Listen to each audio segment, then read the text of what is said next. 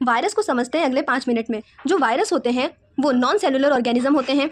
इनका कोई भी क्लासिफिकेशन का मेंशन आर.एच. व्हिटेकर ने अपने क्लासिफिकेशन में नहीं किया था। ये एक इनर्ट क्रिस्टलाइन स्ट्रक्चर बनाते हैं जब ह्यूमन बॉडी के बाहर होते हैं। W.M. स्टैनले ने 1935 में इनका ये नेचर डिस्कवर किया था कि ये इनर्ट क्रिस्टलाइन स्ट्रक्चर बना लेते हैं।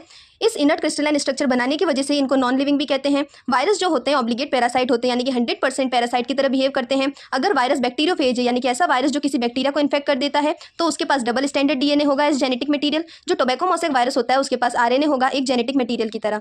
उसके बाद यहाँ देखिए, जो वायरस होते हैं वो अपनी बॉडी को होस्ट बॉडी के अंदर जाने के बाद अपने आप के जेनेटिक मटेरियल को रेप्लिकेट कर सकते हैं। जब एक बार ये होस्ट को इन्फेक्ट कर देते हैं तो होस्ट की पूरी मशीनरी को खुद ले लेते हैं और उसके बाद होस्ट को ही ये किल कर देते हैं। उसके बाद आए थे डिमित्री इवानोव्स्काय। उन्होंने 1892 में बताया कि जो वायरस होते हैं वो बैक्टीरिया प्रूफ फिल्टर से पास हो सकते हैं। इसलिए ये प्रूफ हो गया कि जो वायरस होते हैं वो बैक्टीरिया से भी छोटे ऑर्गेनिज्म होते हैं। वायरस का मतलब होता है वेनोम। NCERT कहती है कि वेनोम का मतलब पॉइजनस फ्लूइड होता है।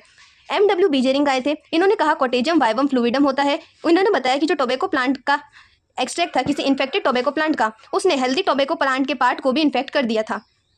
वायरस के पास DNA और RNA दोनों हो सकते हैं, लेकिन या तो RNA होगा या फिर DNA होगा। कोई ऐसा वायरस नहीं है NCERT के अकॉर्डिंग जिसके पास दोनों होते हैं। वायरस के कवर को हम कैप्सिड या फिर प्रोटीन कहते हैं। ये कैप्सिड खुद ही प्रोटीन से बना होता है। जेनेटिक मटेरियल की बात करें तो इसका इन्फेक्शियस होता है, यानी कि वायरस जो इन्फेक्शन करता है वो अपने जेनेटिक मटेरियल की मदद से करता है, ना कि प्रोटीन कोड की वजह से।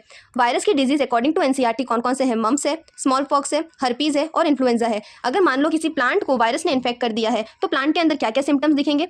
या तो उसकी लीव्स के अंदर मोसैक फॉर्मेशन होगा, या फिर लीफ रोल होने लग जाएगी, लीफ कर्ल होने लग जाएगी, लीफ येलो पड़ने लग जाएगी, लीव्स की जो वेन्स होती हैं वो क्लियर होने लग जाएंगी, छोटी हो जाएगी, ड्वार्फिज्म हो जाएगा, या फिर उसकी ग्रोथ रुक जाएगी, यानी कि स्टंट ग्रोथ हो सकता है।